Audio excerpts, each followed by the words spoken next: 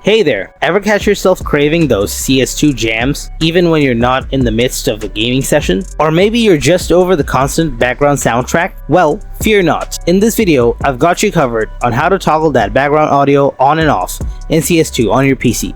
So let's jump straight into it without any further ado. First things first, fire up Counter-Strike 2 on your computer. Next up, give that gear icon in the upper left corner of the screen a friendly kick to bring up the settings. Then make your way over to the audio tab. Now, take a little scroll down until you spot the play audio when gaming in background option.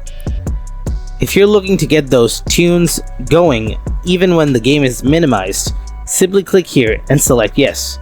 And just like that, you'll have your music accompanying you no matter what. But if you're ready to switch things up and bid farewell to the background beats, just click here once more and select no. And just like magic, silence reigns supreme once again. And there you have it.